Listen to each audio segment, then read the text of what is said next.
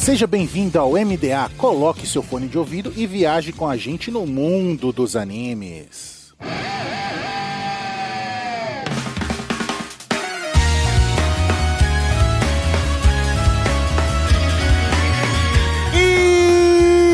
Estamos no ar com o MDA. Seja um novo pirata ou uma nuvem voadora, viaje com a gente no mundo dos animes. E nessa semana, vamos falar de Akira Toriyama com Sandland.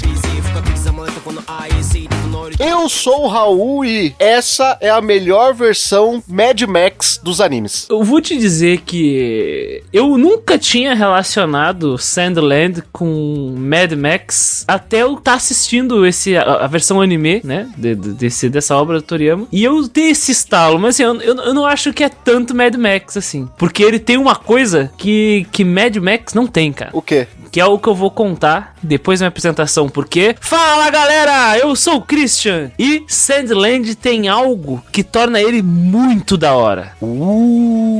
A união de idosos e tanques de guerra. Olha aí. O que é engraçado, porque no mangá do Sandland, que ele foi publicado pela Conrad aqui, é descrito que o Akira Toriyama ele queria desenhar, na época, velhos e tanques de guerra. Ele tava querendo muito desenhar velhos e tanques de guerra ao mesmo tempo. Aí ele só fez uma obra com os dois e pronto. É isso.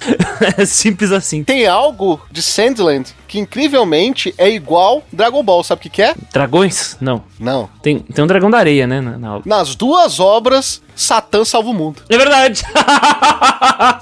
É verdade, ótimo! É verdade, no caso aqui é Beelzebub, né? Eu não vou dar spoiler do final da história porque a gente vai falar mais disso, mas lembrando que quem salva todo mundo no final, pra você saber após os e-mails.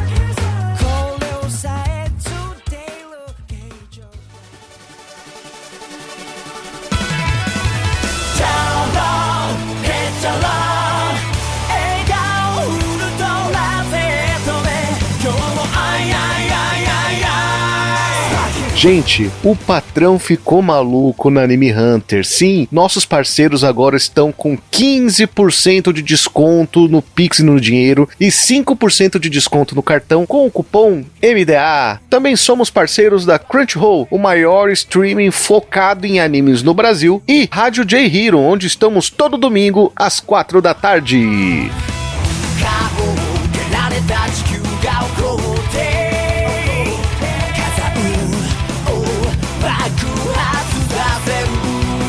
De volta dos e-mails com nome original Sandland, The Series, do gênero ação, aventura, fantasia e comédia, com 13 episódios, foi lançado no dia 20 de março de 2024, com o último episódio lançado no dia 1º de maio de 2024, no Dia do Trabalho. Dia do Trabalho. No Brasil você pode assistir na Disney Plus. Exatamente. Ele tinha sido lançado antes, na época que a Star Plus era um sistema de streaming separado do Disney Plus, né? Ele tava no Star Plus, agora ele está juntamente no Disney Plus, que é um só sistema, né? Resolveram uma sacanagem, vamos ser honestos, né? Você pagar 2 vezes pelo mesmo produto. Cara, tinha que ser assim desde o começo, né? Que bom que chegou a algum lugar, pelo menos, isso, né? Se deram conta. Exatamente. Tem 3 estúdios que trabalharam nesse anime, Cris. 3 estúdios. Olha aí. Primeiro, um estúdio que a gente lembra de robô, quando a gente fala esse nome, é Sunrise. É, grande casa de Kidou Senshi Gundam. É. Mobile Suit Gundam, Code Geass. Só os animes que tem uns mecão gostoso. Gintama, que tem tudo a ver com mecha também, né, claro.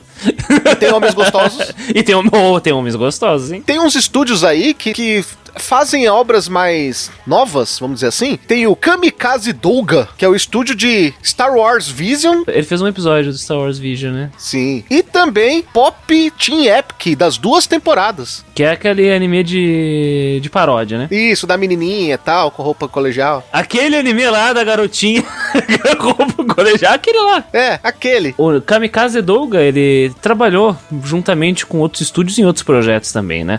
Por exemplo, não só ele foi convidado para fazer um episódio de Star Wars Visions, que é uma antologia de Star Wars, que também tá no Disney Plus, né? Mas ele fez outras obras, assim, como aquele Batman Ninja. Uhum. E a animação do Tales of Crestoria, que era um jogo de celular. Mais um do grupo Tales, né? É, Tales of, que é uma série de RPG. Olha aí. E quem é que fala de RPG, Cris? O maior podcast de RPG eletrônico da galáxia, o Grinding Cast. Aliás, é o único também da galáxia, né? Porque ninguém é maluco de jogar 40 horas de RPG pra poder gravar 4 horas, né? 5 horas de podcast. Só a gente que é maluco mesmo. É verdade. Então dá uma olhadinha lá, se gosta de RPG eletrônico como Final Fantasy, Dragon Quest, Megami Tensei, Mass Effect, ou Baldur's Gate 3, que aliás vai sair podcast o ano que vem dele. Dá uma olhadinha lá no Grindcast e vamos falar de RPG eletrônico. Sandland tem um RPG eletrônico, tá? Saiu juntamente da série animada. Olha aí. Saiu pela Bandai. E tem um terceiro estúdio, Cris, que é o Anima, que é o estúdio de Altered Carbon, Reslive e Monster Strike The Animation. É uns estúdios que aparecem aí junto com os streamings, né? Você pode ver que tem anime de streaming aí. E alguma dessas obras aí ele fez junto com o Kamikaze Doga, né? Sim. Com direção de Toshihisa Yokoshima, que é diretor de Co-Colors e Yamanatsu. E o cara parece que é novato mesmo na indústria, ou ele não foi creditado em outros papéis, assim, porque ele só realmente trabalhou no filme de Sandland, na série de Sandland, que a gente vai falar aqui, né? Como diretor principal, sim. Mas ele dirigiu Amanatsu também, que é um filme, tá? De 2010. E esse Co-Colors aí, que é um filme também que eu nunca ouvi falar. Deixa eu ser bem claro. Mas parece ser uma história de após-apocalipse e ficção científica.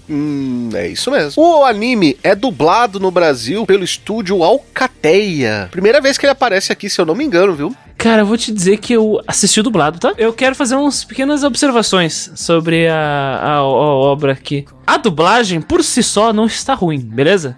Por exemplo, a voz do Beelzebub, pra mim, ótima. Voz do Beelzebub. A voz do Rao, né, que é o xerife, ótima, ótima. O trabalho de atuação, ótimo, como uma dublagem de boa qualidade brasileira, né? Mas eu percebi que tem alguns problemas em relação a alguns pontos nessa dublagem que me incomodou. Tem algumas inconsistências de tradução na dublagem. Por exemplo, tem um grupo dos swimmers, né, os nadadores. No início da obra, eles chamam os nadadores. A partir, sei lá, do episódio 4, 5, viram swimmers aleatoriamente, fica assim até o final da série, sabe? Ok, é uma inconsistência de tradução. Não é legal, né? Quando tu tem um termo que é recorrente na obra e aí muda. Não é legal. Uma outra coisa que me incomodou, assim, é uma repetição de vozes, né? Eu acho que o elenco era muito limitado e aí algumas vozes se repetem bastante. Então, por exemplo, tu tem um dublador que dubla algum personagem importante e aí ele precisa dublar algum figurante, sabe? Isso acontece bastante, Sandland, bastante. Então tu tem aí o dublador do rei de Sandland dublando soldadinhos. Tem o dublador do Thief, que é o velhinho ali, o yokai velhinho, dublando personagens aleatórios, soldados aleatórios, sabe? Então isso acontece, né? E incomoda. Parece que a gente tá vivendo a era do Animax de novo, lembra? Lá de 2000 e pouco, que tem tipo, sei lá, 10 dubladores disponíveis pra dublar um anime com 40 personagens, é todo mundo com a mesma voz, sabe? Parece que era tipo isso, eu me senti meio que nessa, assim. Mas no geral, assim, eu não achei ruim, tá? Mas tem esses problemas. E tem uma dupla direção de dublagem, viu? E olha que os dois diretores dublaram personagens, assim, extremamente famosos. A gente tem o Marco Jardim, com Y no Jardim, né? E eu vou explicar porque eu falei do Y. Que ele é o dublador do Aladdin, do anime. É um musical, né? Incrível. E tem a Lin Jardim, que não é parente dele, porque é Jardim com I mesmo. Que é do 2C, do Code Geass.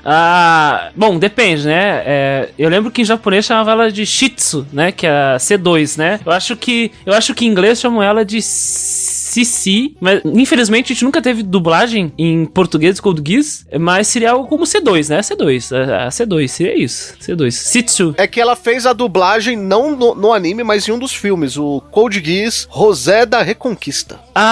Eu não assisti, né? O Rosé da Reconquista, então eu não sei como eles estão falando dela lá, mas, sei lá, C2. Se quiserem outra dublagem de referência, ela é a dubladora da Bianchi, de Katekyo Hitman Reborn, a mulher lá dos venenos.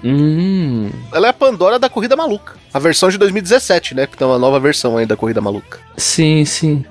De anime, assim, ela é isso. Tem alguns personagens, mas os personagens mais secundários, em anime ali. Tem Nanatsu no Taizai, né? Aquela vez que reencarnei como Slime, Bandido da Parte do Herói. Bom, cara, então, você falou sobre essa questão da dublagem, das inconsistências de tradução. Inclusive, a tradução foi feita por Márcio Tobo. Também tem alguns problemas na dublagem em algumas cenas específicas, pareceu que foi encaixado depois. Só que foi encaixado de última hora, sabe? Ah, faltou essa cena aqui. Consegue gravar aí pra mim colocar aqui? Porque toda cena tem a atuação do personagem, aí no meio eles só estão falando a palavra, sabe? A atuação some. Acontece poucas vezes, mas acontece. Muito estranho, porque você perde a imersão do personagem, né? Eu tenho a impressão também que a mixagem do áudio dessa dublagem tá meio estranha. Não sei se tu sacou. A mixagem tá um pouco estranha. Tem momentos que tá muito barulhento e nós não conseguimos escutar direito as falas, sabe? Tem uma cena em específico que é pra ser mais barulhento, que os personagens não conseguem se escutar. Aí ok, faz sentido. Mas tem outros momentos que se permanecem dessa forma também, né? O que eu achei meio estranho. Tem um momento que eu achei que a dublagem... A dublagem não, a frase dos personagens não fez sentido algum do que eles falaram, sabe? Quando os soldados... do general, lembra aquela parte que acontece uma batalha de tanques, que aquele general ele é derrotado pelo grupo do Beelzebub, do Raul, e aí eles contam a verdade sobre o pai do general. O Ari, né? Contam pro Ari. E aí os nadadores vão dar um tiro de canhão neles. E aí tem uma interjeição, uma fala ali, parece que não era dos personagens que estavam falando. Parece que era alguma coisa meio que caiu de paraquedas ali e encaixaram de algum jeito. Uma coisa que era comum nos animes dos anos 2000. Então eu senti uns déjà vu de alguns problemas de tradução de animes de 20 anos atrás, sabe? O que faz sentido se a gente parar pra analisar que essa obra é de 2000, né? Que é de 24 anos atrás, né?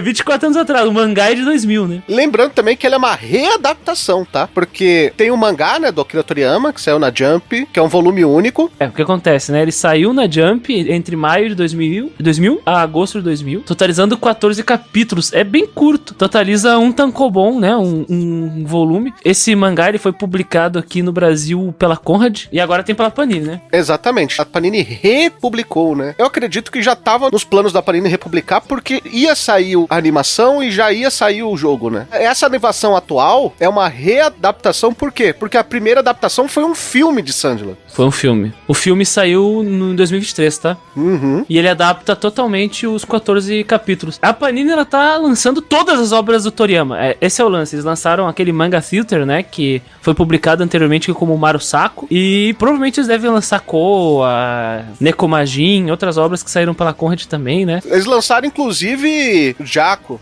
Mas esse nunca saiu pela Conrad, né? Esse era bem mais recente. Sim, sim, sim. Sandland, ele saiu em 2006 aqui no Brasil, pela Conrad.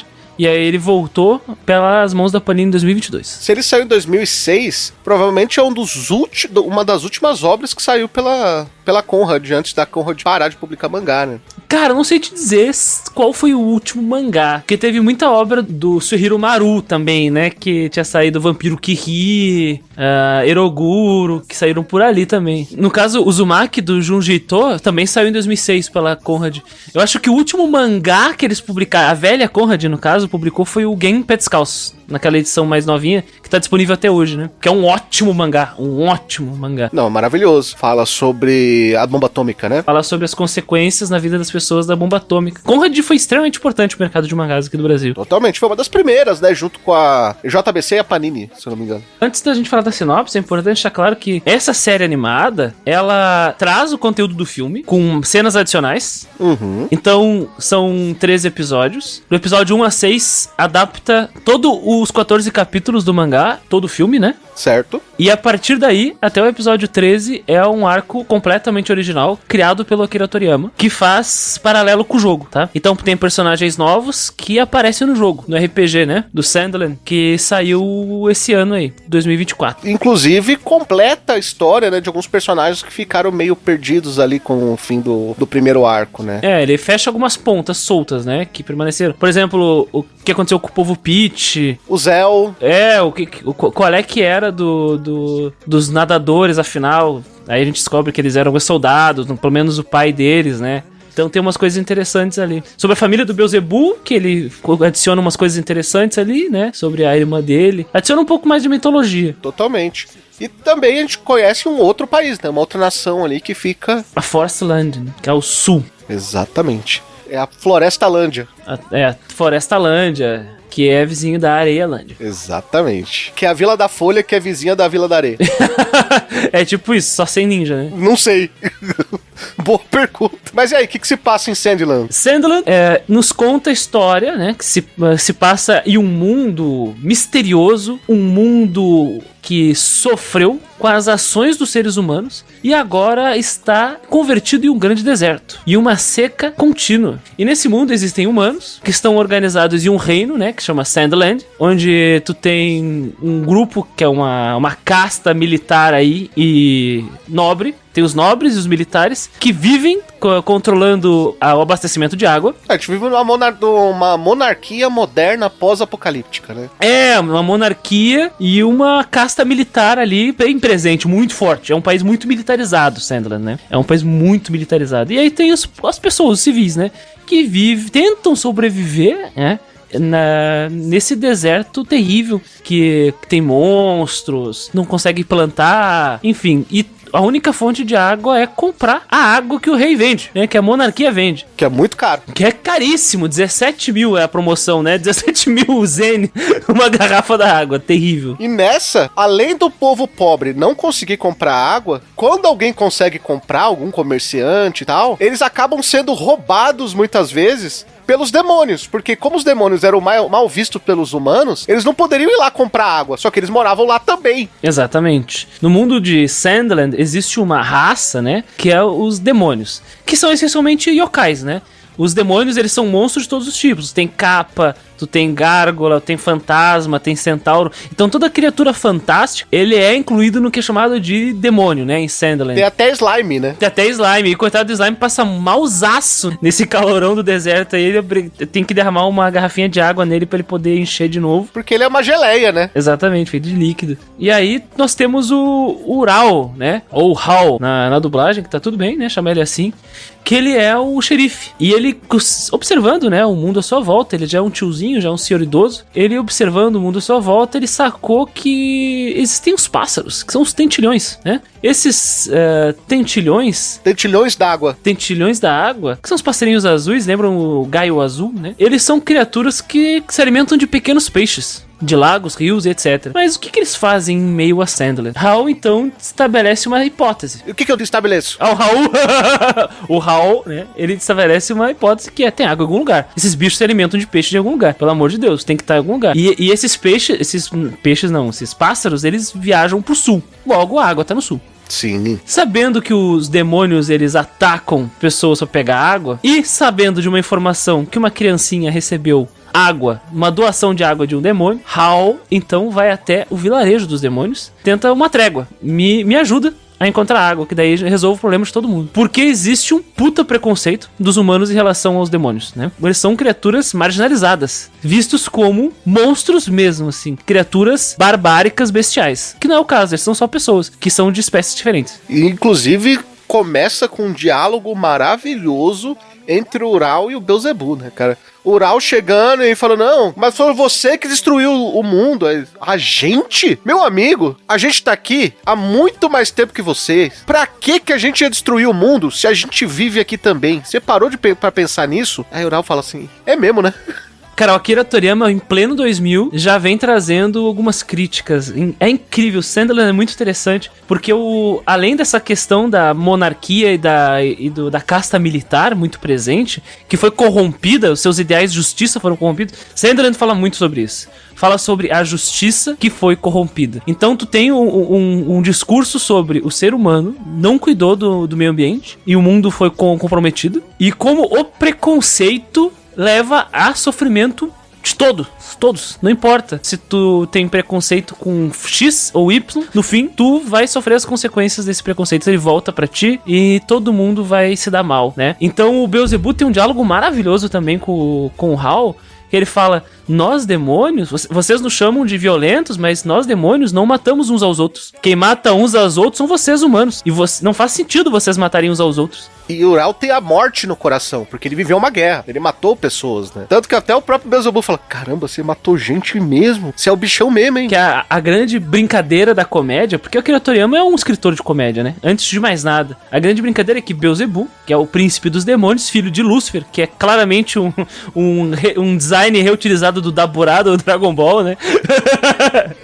É igualzinho o Daburá, só muda a posição do chifre, né? Que o Lúcifer deixa mais chifrudo do que o Daburá. Mas a cara é mesmo. Um bigodinho, barbicha é a mesma coisa. Ele é muito engraçado, né? Que o Lúcifer é um cara muito entediado. Então ele tá sempre vendo TV, fazendo quebra-cabeça, fazendo alguma coisa. Aí quando o Beelzebub pede alguma coisa pra ele libera, contanto que o Beelzebub estude. É tipo isso, basicamente isso. E o Beelzebub, ele diz que ele é malvado. Que a coisa mais malvada que ele fez é ficar acordado pós a hora de dormir 2 vezes no meio da semana. E uma das vezes sem escovar os dentes. E uma vez foi sem escovar os dentes, foi terrível. Ele é muito horrível. E aí, pô, o Hal cometeu um genocídio, sabe?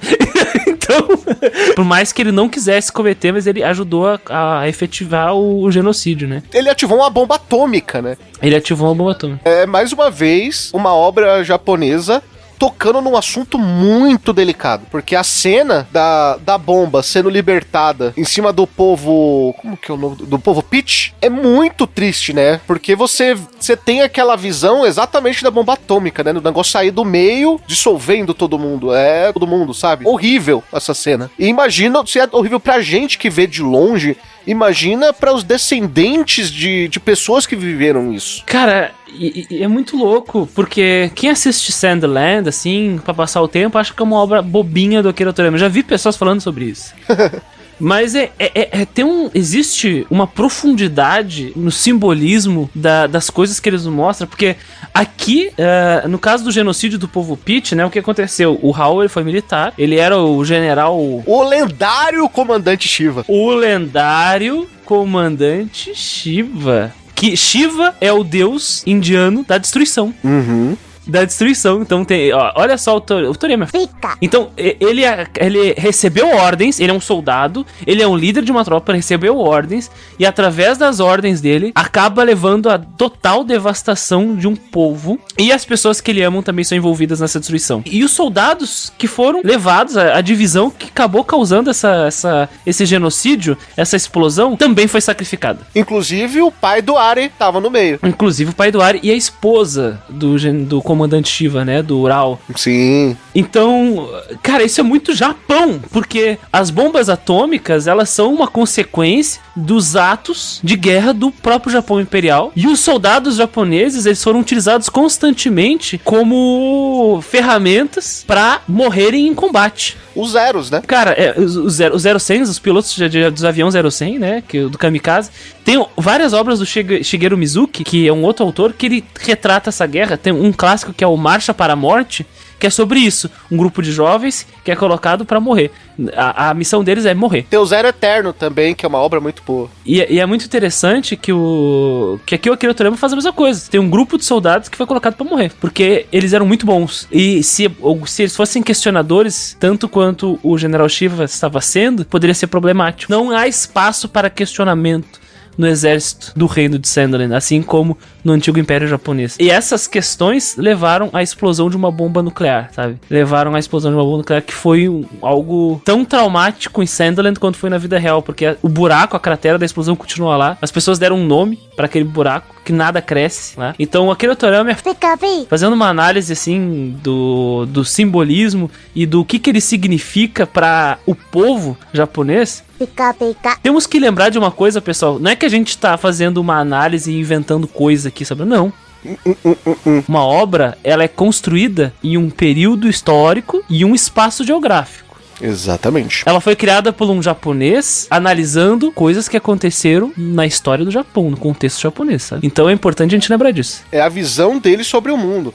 E aí tudo que foi conversado aqui, e vai ter mais, eu vou citar daqui a pouco, Você deve estar falando, não, ele colocou mais coisas na readaptação e tal, do episódio 7 pra frente. Não. Tudo que a gente tá citando aqui foram colocados nos 6 primeiros capítulos, que é o mangá de volume único. É algo muito denso, inclusive com temas extremamente atuais. Porque fala de racismo, antirracismo, fake news pra você poder fazer o que você quiser, você querer tomar conta de toda a sua reserva natural e destruir o mundo. A gente tá vivendo aí o aquecimento global. E no ano 2000 era uma época que se falava que existia um aquecimento global, tinha muitas empresas falando que isso aí era uma obra, uma invenção dos cientistas, lembram disso? Sim, não existe aquecimento global, diziam, né? E aqui no Brasil, particularmente, claro que não tem nada a ver com aquilo que Toriyama, mas pra vocês verem como esse tema atual, vivemos uma época em que alguns estados, e o estado de São Paulo, está praticamente vendendo a sua água pra uma empresa, privatizando empresas como a Sabesp. Tem países, cara, que venderam suas reservas aí, venderam seus aquíferos, sabe? Isso é bastante grave. Aqui na América do Sul tem alguns casos. E consequências do aquecimento global, falo pelo que aconteceu no meu estado, né? Eu sou do Rio Grande do Sul, então, por favor.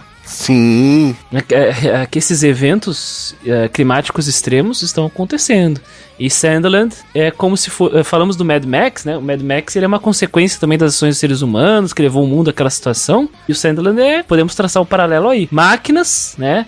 Como tem bastante em Mad Max, mas uma visão pós-apocalíptica baseado na devastação ambiental. E esse negócio da fake news é bem interessante, Raul, porque eu não tinha analisado isso antes, mas o reino de Sandland fala assim, vamos usar a mídia para colocar o povo contra as pessoas que a gente quer destruir. Sim, totalmente. A guerra foi fabricada para eles tomarem conta da água, porque acontece, o povo Peach, a gente descobre depois, que é uma outra raça de pessoas inteligentes, seres inteligentes, assim. São os bichinhos cabeçudos, né? Eles descobriram que uma fonte de energia gigantesca, Aquanium, tipo um mineral radioativo, uma coisa diferente lá. É um elemento químico especial. Exatamente. Que até algo parecido, inclusive, quando a gente vai falar da bomba atômica, né? Urânio, né? Quando você vai falar do urânio. Por quê? Como eles começaram a trabalhar com essa questão, era pra quê? Pra você pensar em energia limpa, né? Pras pessoas, energia barata. E aí foi feita a bomba atômica. E aqui a gente tem o Aquanium. O povo Peach descobriu que pode-se criar água com Aquanium. E, só que se essa conversa caísse no público que tá comprando água, que pode existir água infinita e de graça pra população, ninguém ia comprar a água do rei. E que eles fizeram? Usaram o próprio Aquanium como bomba, destruíram o povo Peach e falaram que o povo Peach queria devastar o mundo. Que eles estavam produzindo uma arma. Exatamente. E com desculpas de que um certo povo tá produzindo armas de destruição em massa, vamos atacá-los. Isso não acontece na vida real, né, Raul? Pô, isso não acontece na vida real, né? Só pode ser coisa da ficção da Akira Toriyama, né? E é interessante que nós gravamos Pluto aqui, né, no MDA, e eu faço uma análise histórica sobre a influência, né, pra criação de Pluto e a crítica do Naoki Urasawa. Escutem depois escutar aqui Sandland Pluto. E é interessante que Sandland ele sai antes da Guerra do Iraque, né, que foi atacado devido a alegações de que haviam armas de destruição em massa. Exato. Mas isso não nasceu com a invasão do Iraque. Isso já existiu antes. Outros casos de invasões e ataques e guerras e genocídios, vamos lá, por algum motivo que um lado alegou que existia ameaças ou coisas assim, mas no fim nunca aconteceu, né? Totalmente. Aliás, antes que alguém diga que, pô, Aquanium, que nome brega, né? Que vem de Aqua, vem de água, né? Mas Urânio vem de Uranus, né? Que era o deus que representava o céu. Então, olha que interessante. Urânio é como se fosse um elemento do céu e Aquanium é um elemento da água. Seria essa uma brincadeira que o Akira Toriyama fez também. Gente, obra que sai na Shonen Jump não é feita com não, sabe? E outra, uma obra pra criança, com linguagem infantil.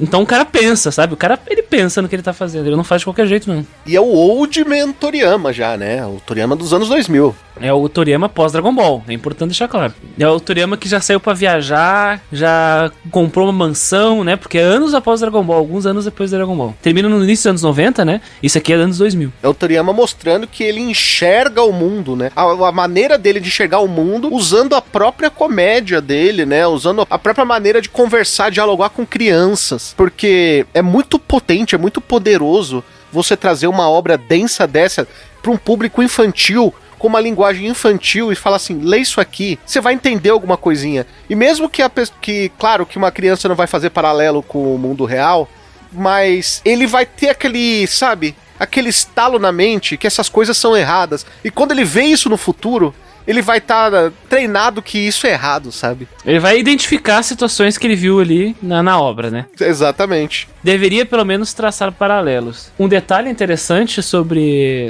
a obra, aqui já falando um pouco mais adiante, né? É que Sandland fala muito sobre também militares que seguem até as últimas consequências das suas cadeias de hierarquia, né? Então uma ordem chega de cima e tu faz e acabou. Exatamente. E é interessante que o Rao, né? O Rao, ele questionou as ordens e isso quase custou a vida dele. Tanto que ele muda de nome, ele fica stealth. Pra tentar escapar, né? Pra tentar tocar a vida. Exatamente. E o Are, ele que é um personagem bem interessante na obra, que ele é um militar agora, filho de um dos militares da divisão que o Rao, né, o antigo comandante Shiva, lendário comandante Shiva, né, comandava, ele se tornou um questionador também. E ele é um cara que, de peito aberto, ele questiona e pergunta: chefe, o que aconteceu de verdade lá? E logo na sequência o chefe diz: não, ele mente completamente. Não, isso aí é invenção do inimigo. Após desligar o comunicador, ele fala: matem esse cara. Ele tá perguntando demais. Acabou, não precisamos de gente que perguntem. Não precisamos de gente assim, questionador aqui. Então, existe essa crítica também, que é uma crítica a essas hierarquias militares, que foi muito presente no Japão, né? Uma obra bem interessante japonesa que trata um pouco sobre isso, que saiu bem recentemente, né? É aquele Godzilla -1. E mais uma coisa que não parece com a realidade, tá, gente? É só uma piadinha do mangá. É um reino onde todo esse plano é feito pelo exército daquele país e o rei é um fantoche. O rei é um fantoche. É um governo militar em Sandland. O rei, gordinho, ele vive da bonança, então, tipo, todo mundo passando sede, o cara tem uma piscina cheia de mulher gostosa lá. O Akira Toriyama faz questão de desenhar umas mulheres de biquíni, peitudo, na piscina, com o rei gordinho, né? Que é uma caricatura, né, da fartura. Nas antigas charges históricas, a fartura geralmente é apresentada com um cara que era redondo, que é o caso desse rei, né? Que ele é uma grande caricatura mesmo. E é muito interessante que o Akira Toriyama, ele toma muito cuidado para nos dizer que a solução não é um golpe militar. Porque depois que o plano do general Zeo, né, que é o vilão, depois é desmanchado, eles não derrubam a monarquia, que era o sistema vigente, para estabelecer o controle dos militares que ficaram do lado do comandante Shiva.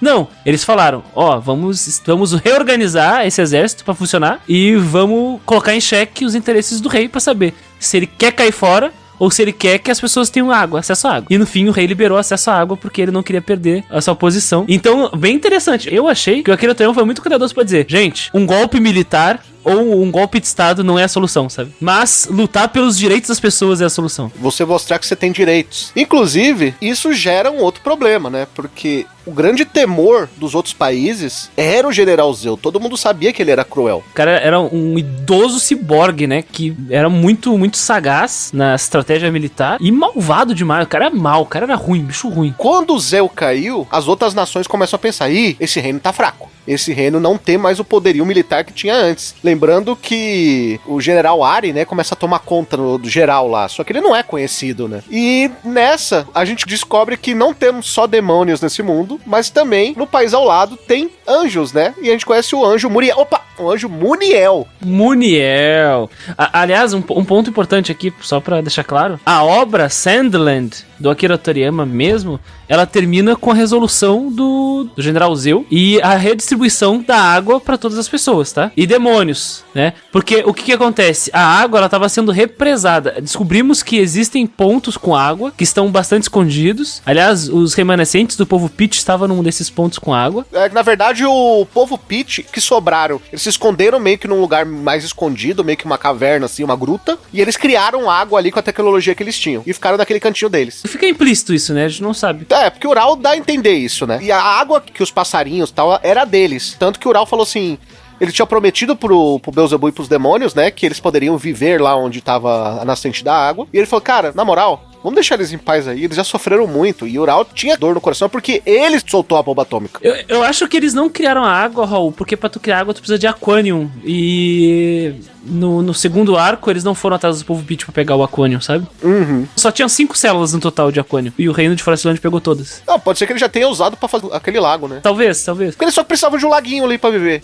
Eles tinham um oásis ali, né? Aí eles falam, peraí. Aí eles tiveram a informação que o problema é que não tinha água naquele reino. A água que vinha de uma fonte grande foi represada. Então o rio não parou de jorrar água. Na verdade, a represa fechou. Houve uma guerra ali, né? Uma pequena guerra entre o grupo Dural e o grupo do General Zeu. O grupo Dural conseguiu fazer os soldados confiar nele, né? Quando descobriram que ele era o Shiva. E ele conseguiu explodir a represa e ter água pra todos. Então tinha água tanto pros demônios, né? Que voltaram a ter água e não precisava roubar. Tanto pros humanos ali, que o rio voltou a passar. Que é um troço meio maluco, né, pra pensar, porque, pô, água é um bem que tá aí desde sempre e pessoas não terem acesso a ela pra outros represarem e lucrarem em cima disso é um troço maluco, sabe? Acho que pra gente é muito difícil de entender isso, porque o Brasil é muito abundante em água. Aí você pega outros países que tem pouca reserva de água e tudo mais, eu acho que eles têm uma visão muito mais clara do que essa obra quer passar, sabe? Apesar da realidade do sertão nordestino ali, né? Do nordeste do nosso país, que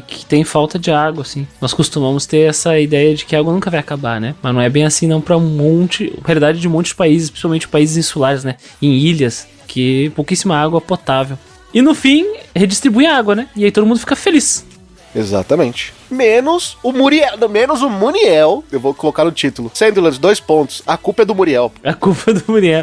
Aí a partir do episódio 7, né? Que começa uma parte original escrita pelo Akira Toriyama. Nós vemos o que acontece na sequência. Então, como é que estão as pessoas, como é que está a vida de todo mundo com acesso à água, com um rio enorme passando por Sanderland. Sanderland continua um grande deserto, apesar do acesso à água, mas agora as pessoas não passam morrendo de sede. Sim, porque a água voltaram aos veios, então as pessoas conseguem pegar água nos poços que não conseguiam antes, né? Sim, exatamente. Aí tem esse personagem aí, irritantíssimo, mas eu acho que é proposital, né? Um personagem irritante propositalmente, pra tu odiar esse cara, odiar mesmo, que é um personagem andrógeno, porque é um anjo, né? Sim. Muniel, que treta com o Beelzebub bem no começo ali dessa nova fase. No segundo arco, em um resumo muito grande, né? É algo muito parecido, né? O Toriyama, ele volta a falar sobre a força da fake news, né? Pra você ganhar um povo. E a história é o seguinte. Há um outro reino. Nesse reino, o rei casou com a demônia, com a Lilith. Mas ninguém sabia sobre isso. Ela tava disfarçada de humana. Exatamente. Menos o Muniel. Por quê? Porque ele é um anjo. Então, ele sabia. E aí ele vai lá no general, né? O comandante Brad. E fala assim, ó. Sabe a sua princesa aí? A sua princesa é um demônio. Porque a rainha é uma demônia e tal. Ele não acreditou de começo. Até a Anne, né? Que é a princesa. Ter um surto ali. Porque era criança e tal. E ficar com os olhos vermelhos de demônio. E aí ele acredita. E aí eles fazem um golpe de estado por lá. Sim. A Erin vira uma rebelde. Junto com um grupo de soldados ali. Que confiava no reino. É a resistência, né? É, a resistência, perfeito. E temos o comandante Brad ali como um Darth Vader, inclusive tem umas semelhanças, né? Aquela roupa meio samurai, o fato de ser meio ciborgue também, né? Grandão. É uma brincadeira também, a máscara dele é uma brincadeira com a máscara do Chara Snable do Gundam, né? Do Mobile Suit Gundam. Tem uns discursos um pouco diferentes nessa segunda parte. Por exemplo, como nos apropriamos da tecnologia, que eu achei...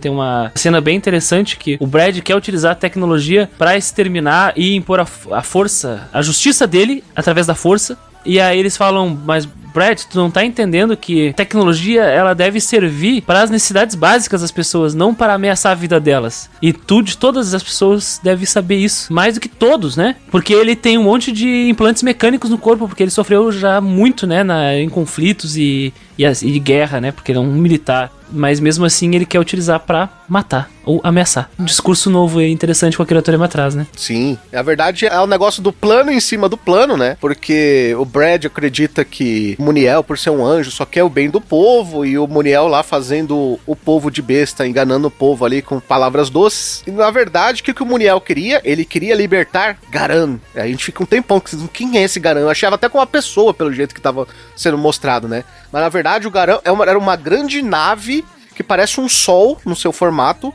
com um canhão gigante de aquânio no meio. Então ele precisava de 5 reservas de aquânio, né, que tinham sobrado no mundo, pra dar vida arma mortal, né? Com essa arma, ele poderia dominar o mundo, começando por Sandland. Que é vizinho imediato ali ao sul, né? Que já tá enfraquecido, né? Já que o general Zeus já era. Foi de arrasta ali, né? Exatamente. Os nossos heróis, junto com a Resistência, conseguem vencer o Garan. E o Muniel não só criou essa arma, né? Como também ele, sem querer, ele descobriu que tinha uma ânfora que podia lacrar demônios. Ele reativou o Garan, né? Ele não criou. O Garan é uma tecnologia do povo Pit que pode ser utilizada pra destruir. Porque a ideia original era pra criar água, né? Esse era o objetivo. E mais uma vez fazendo um paralelo com a bomba atômica. Porque, cara, aquele tiro de explosão lá é o sopro atômico do Godzilla, sabe? Que é uma referência direta às ogivas nucleares de Hiroshima e Nagasaki. Eles aplainaram uma montanha com o primeiro tiro. Inclusive a nave fica todo azul, que nem o Godzilla quando tá enchendo, né? O poder do canhão e solta aquele raio azul. Exatamente. É um troço assustador, assim. Titânica, assim. Uma coisa absurda. No caso do Muniel, a motivação dele é puro preconceito mesmo, porque os anjos vivem no mundo celestial e a ideia do Muniel, além de querer destruir os demônios por puro racismo, porque ele acredita que os demônios são criaturas inferiores,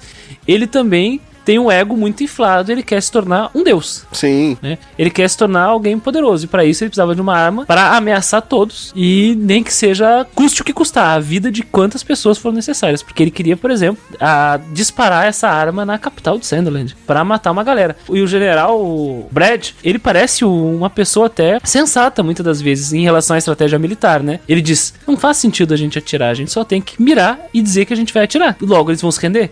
Mas o Muniel falando, não, a gente vai atirar mesmo que se dane, sabe? E o Brad já percebe que esse cara é meio psicopata, né? Completamente pirado das ideias. Tanto que quando o Brad descobre que ele é usado, ele acaba mudando de lado, né? Se volta contra o Muniel. Ele também não faz muita coisa, não. Ele ajuda a Anne, né? Que é a princesa da resistência, a ajeitar as coisas. É bem interessante a Anne, porque ela é uma personagem que é introduzida no jogo, né? Porque no jogo tu pode ter vários tanques de guerra e tal, e ela é a mecânica. Sim. E isso é apresentado de forma bem interessante na série, né? Pra fazer esse paralelo com o jogo. Ela gosta de tecnologia, né? Mostra só. Ela não fala com todas as vezes, eu sou mecânica, mas ela fala, eu conserto isso aí. Eu sou boa com isso aqui. Eu adoro isso aqui, adoro mecânica, ela fala, né? E desde criança ela mexe com peças, e a mãe dela, como uma personagem que é dita que viajou por livre e espontânea vontade pra conhecer o mundo, tanto que ela acabou conhecendo o humano, se apaixonando e casando com ele, né?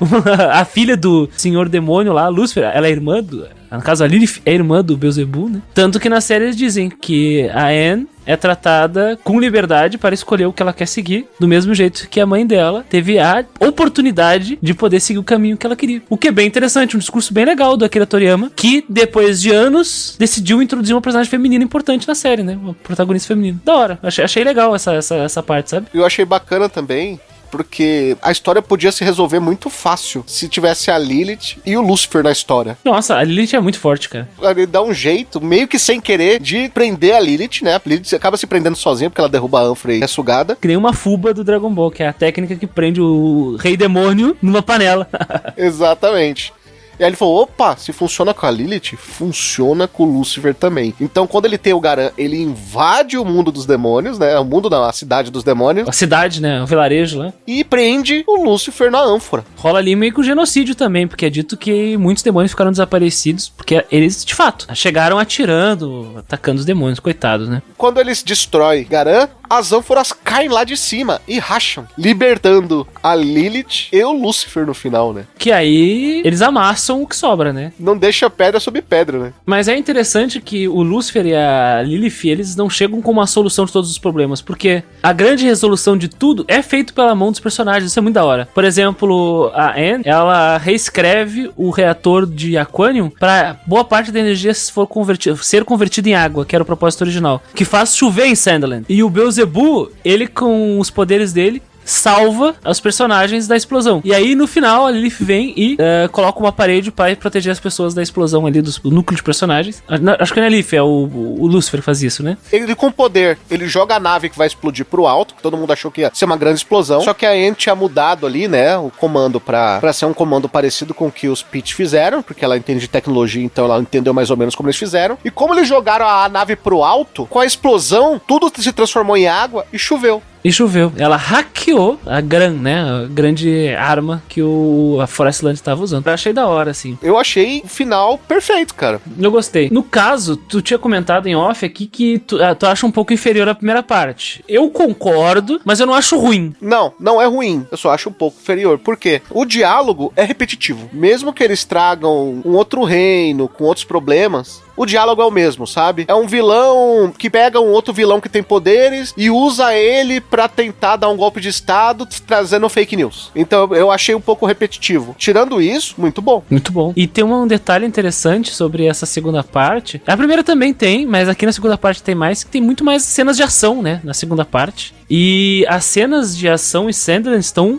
muito bem feitas. E é interessante que o Akira Toriyama, ele presta respeito sem... ele não lesa a obra original, né? Então eles utilizam, por exemplo, aquele Gage Dragon, né? O dragão da areia lá. Sim. Pra catapultar os personagens pra poder invadir a nave. Tem uma cena de luta com o mecha. O anjo, ele tem uma transformação, ele fica todo escroto lá, ele parece um bicho. É porque ele engole a Quonion, né? Ele vira uma bola de energia. E tem uma luta bem interessante com o Beelzebub. Eu acho que, à primeira vista, a animação 3D, porque Sandland, ele é feito com uma mescla de técnicas 2D com técnicas 3D em cel shading, né? Algumas pessoas podem torcer o nariz, mas acredito que dos tempos recentes do que eu ando acompanhando de anime, me corrija se eu estiver errado ou se a tua percepção é diferente da minha, eu acho que é um dos melhores trabalhos feitos com animação 3D recente, assim. Principalmente nas cenas de ação e de velocidade. Esse 3D do anime, ele remete ao jogo. Sim. Fica muito próximo ao jogo, não com a qualidade que a gente tem no jogo. Sim. Porque no 3D nos games, às vezes, ele é um pouquinho mais travado, né? No anime, não, ele até que é bem fluido. Modelos 3D do jogo, eles são mais lavados em relação a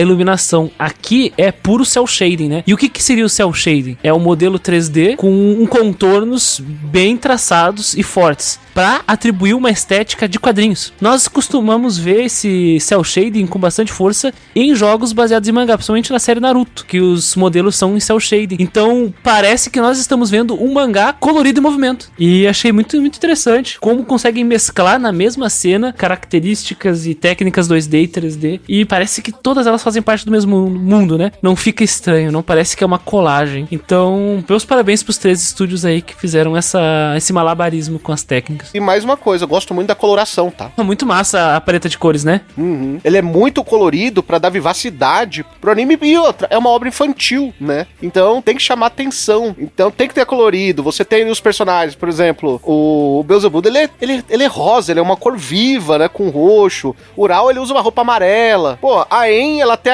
uma roupa muito parecida com a do Android 17, né? E o cabelo dela é bem diferente também, né? É, ela tem uns dread e tal. Eu achei muito feliz. Todas as escolhas artísticas aqui, todas as escolhas de direção aqui eu achei muito boa. Cara, as cenas de ação com tanque, o Akira Toriyama, ele deve ter ficado muito emocionado ao ver o resultado, né?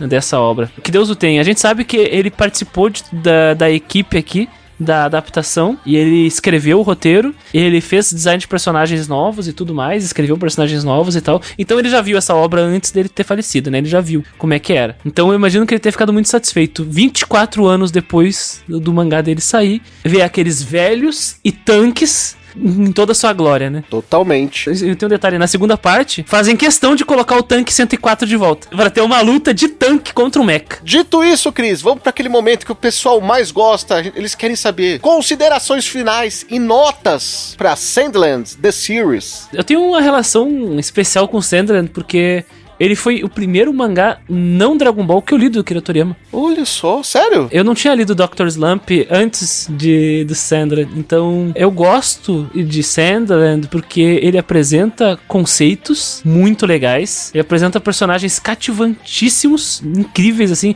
Eu acho o Beelzebub, o Ural, o Thief, né, que é o velhinho que se veste de Papai Noel pra não apanhar dos humanos. Tem umas sacadas muito da hora no Sandland. Eu acho todos eles muito legais. E eu acho que o Xerife Hal, ele um dos melhores personagens do Akira Toriyama de todos, tá? Uhum. O cara é um personagem profundo, complexo, ele tem sua profundidade e seus traumas, e a forma que ele age é muito da hora. Tu admira ele, sabe? Ele é um personagem que tu quer ser amigo dele. Eu seria amigo desse cara. Então, pra mim, ele é um dos melhores personagens já escritos pelo Akira Toriyama, assim, no geral, das obras dele. E o que eu posso dizer? Além de... Eu não quero me repetir em relação a tudo que eu trouxe aqui, junto contigo, né, Raul? Mas Akira Toriyama afiadíssimo. No ápice, pra mim no ápice. E fico muito feliz que tenha recebido atenção. Imagino que a Bandai Namco deve ter visto as propriedades intelectuais que eles têm acesso e falaram, vamos utilizar essa aqui.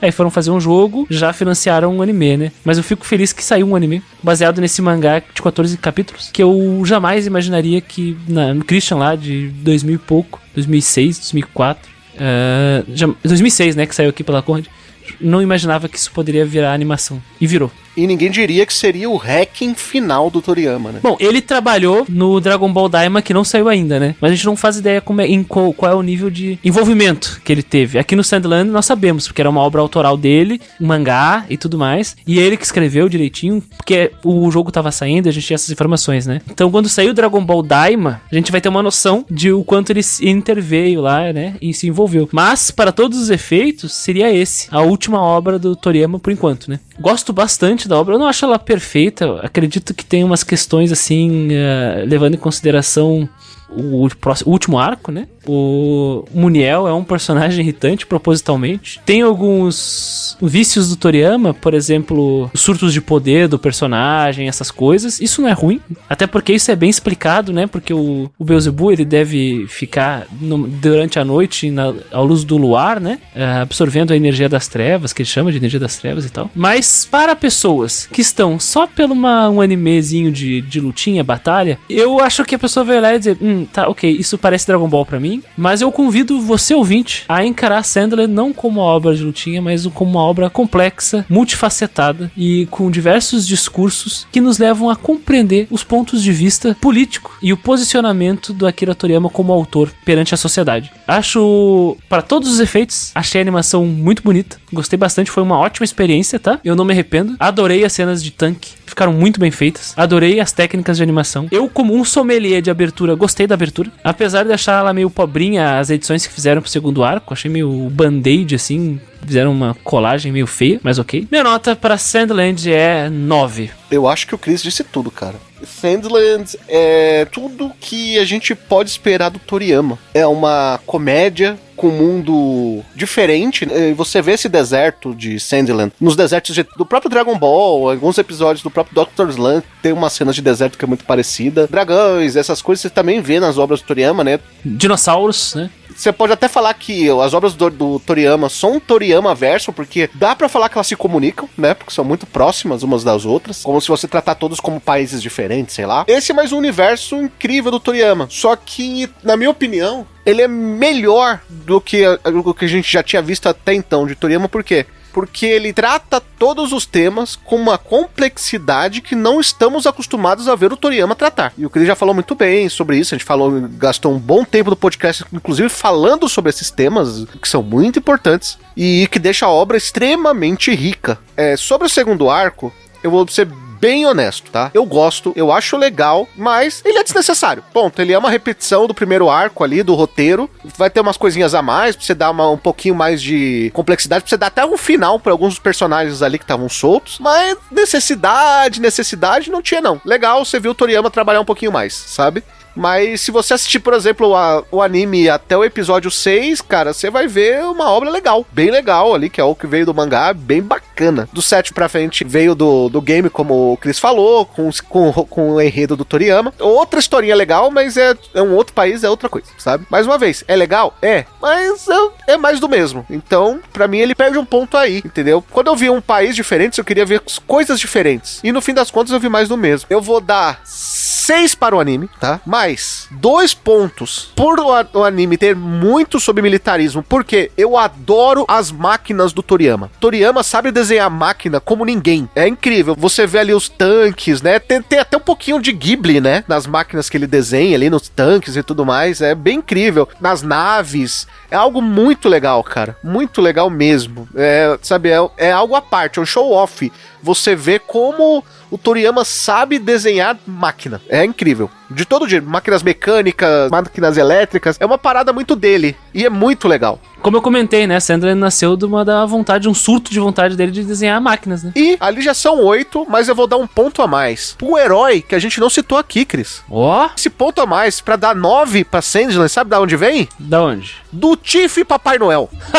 Tiff Papai Noel. Aquilo é incrível! Eu acho muito da hora.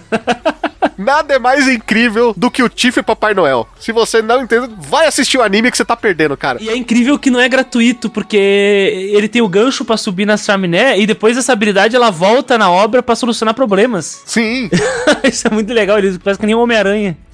Cara, é muito, muito divertido o Tiff Papai Noel. Minha nota também é 9. Não é perfeito, não é um 10, mas eu acho que é um 9 com louvor. 2 9s, a média é 9. E você, o que achou de Sandland? Comenta pra gente. Você pode mandar aquele e-mail maroto pra podcast@mundodosanimes.com ou, claro, deixar seu comentário na sua rede social ou no seu agregador de podcast favorito. Lembrando que na seção de e-mails a gente só lê o próprio e-mail ou sua mensagem no Spotify, ok? E claro, né, Cris? Você também pode ser nosso apoiador. Opa! E num mundo onde tá tudo caro, onde a moeda está desvalorizada, você pode apoiar a partir de R$5, que não é nem uma coxinha. Eu acho justo, eu acho um ótimo valor. Não consegue nem comprar um pastel com R$5 direito. Inclusive, coxinha, que foi um tema incrível da Olimpíada essa semana. O Brasil jogou com os Estados Unidos no vôlei, perdeu, mas um herói sem capa estava na plateia, Cris. Coxinha melhor, né? Que cachorro quente. Coxinha melhor que cachorro quente, ótimo. O Brasil perdeu no vôlei, mas coxinha é melhor que cachorro quente e o mundo soube disso. Até porque esse cachorro quente nos Estados Unidos é uma porcaria, né? Um pão seco com uma salsicha fedida lá. E no máximo mostarda, tá? Mostardinha pra dar uma aguada, né? Pra descer, senão...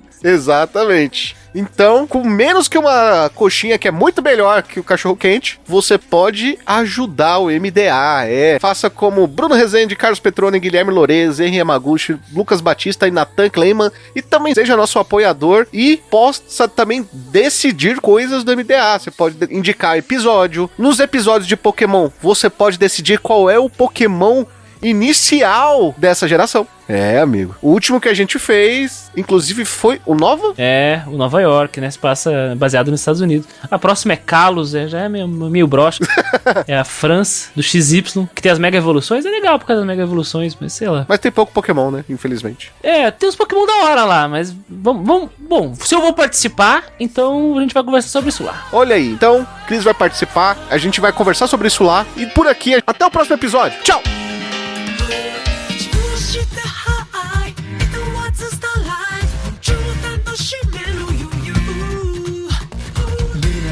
One step, musicから戻る one step タスクすべて one step 終わらな今日に勝ちなんてない